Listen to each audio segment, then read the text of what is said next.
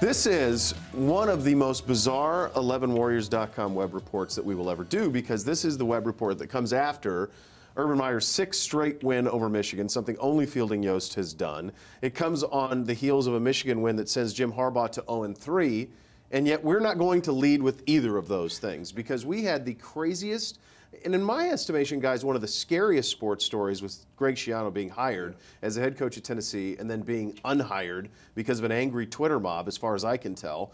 And we also have Alabama losing in the college football playoff, very much now completely up in the air. Let's start with the Schiano incident with Tennessee. And Dan, as you are feeding content on a Sunday, take me kind of through the timeline for you at 11 Warriors, how that comes to fruition and where we get to where we are now. Yeah, and it was a wild day. I was planning on writing more about J.T. Barrett being injured in the game against Michigan, and then we saw early Sunday afternoon, all signs were pointing to Greg Schiano going to get hired at Tennessee. So that's the story we wrote. Reports indicating Greg Schiano's going to get hired.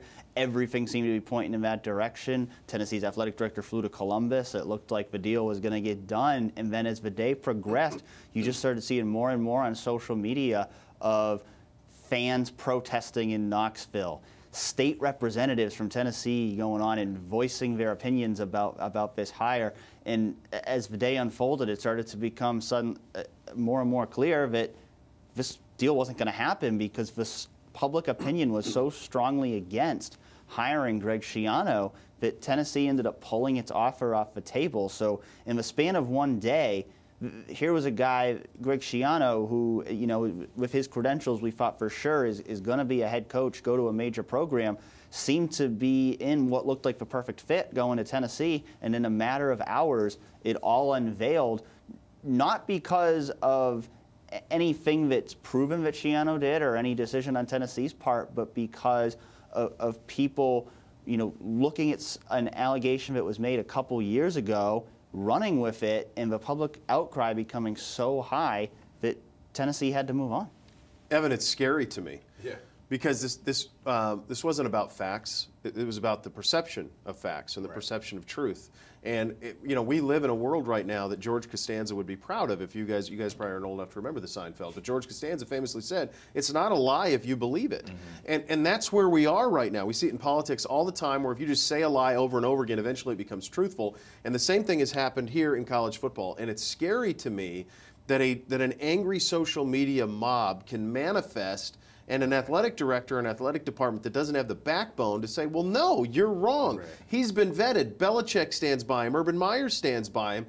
And now, look, no one's going to shed too many tears for Greg Schiano. He's made a lot of money. He gets a great salary at Ohio State. But the idea that this was about a moral high ground is farcical. This had nothing to do with morality.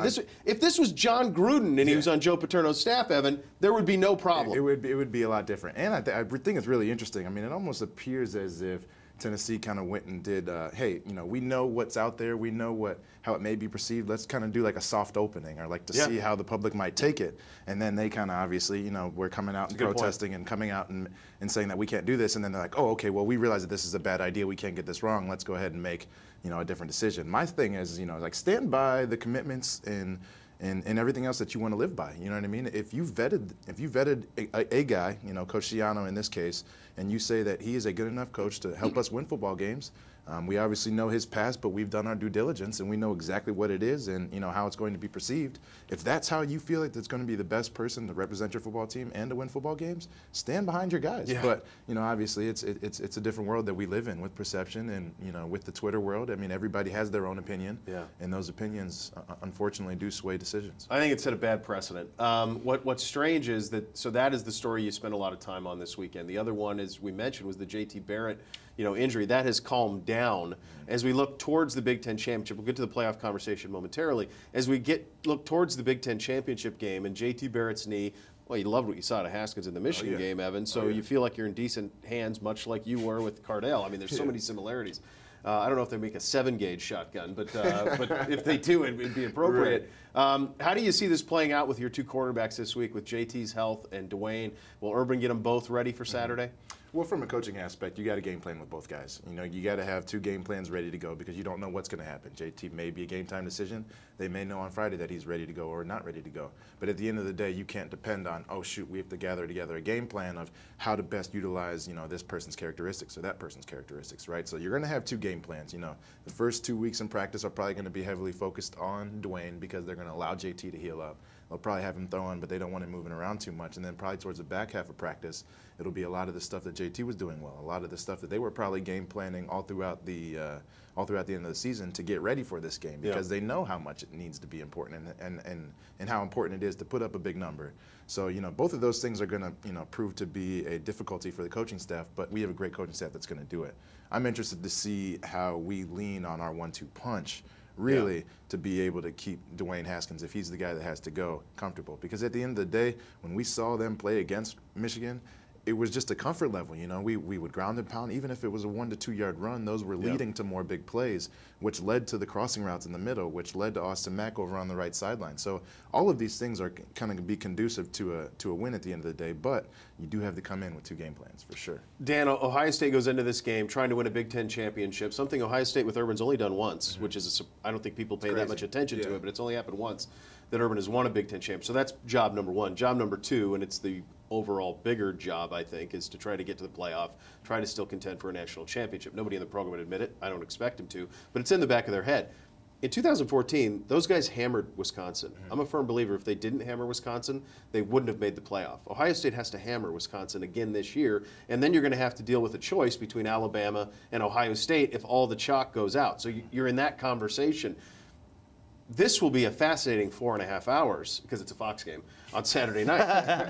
Yeah, absolutely. I mean, it is. I agree. I think there's definitely a scenario here where how impressively they beat Wisconsin could determine, well, they have to beat Wisconsin first. Sure, of course, yes. Assuming they do, I mean, I'm not assuming that, but just for the sake of this conversation, if they beat Wisconsin, but if they squeak by them, that might give more reason to leave them out. So it's going to be a really interesting conversation. You know, we talked about it last week. The one thing you really didn't want to have happen was Alabama to lose, because you've opened up the real possibility of a 1-loss Alabama and an SEC champion both getting in. That could leave Ohio State out. I'm not sure which way the committee's going to go on it, but certainly if you're Ohio State, you got to take care of business. First things first, you got to beat Wisconsin, and if you have the opportunity to put up points and make it look more impressive, like they did in 2014, you're going to do it. You're not going to worry about what's hurting Wisconsin's feelings. If you can get style points, which I don't know if you're going to be able to, because Wisconsin's a really good team, but if that opportunity presents itself, you're going to go for it. True. Yeah, you know, we said bad news for if Alabama loses, they lost.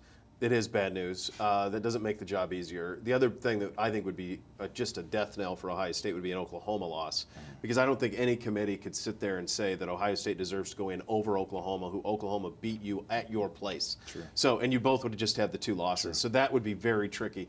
It's not ideal, and yet I still think I could wake up. Well, I would be up for about 6 hours. I got young kids. By the time 1 o'clock Sunday hits, I think you'd be in a situation where Ohio State's the 4th team in. Yeah, I don't think it's out of the question. True, it definitely isn't. But I would say there would be one interesting circumstance. Say Oklahoma does lose, but it's on the opposite end of us us having to play really well and put up a lot of style points and to put up a lot of impressive score numbers. What if they take a really, a bad loss? What if they lose by, a couple touchdowns, and it gets to that point of, okay, who's playing best for me right now? Because at the end of the day, technically those should be the top 4 teams in the college football playoff. Correct? It's hard though, but the whole thing that your sport is built on, and the sport we love, is that every game matters. Yeah.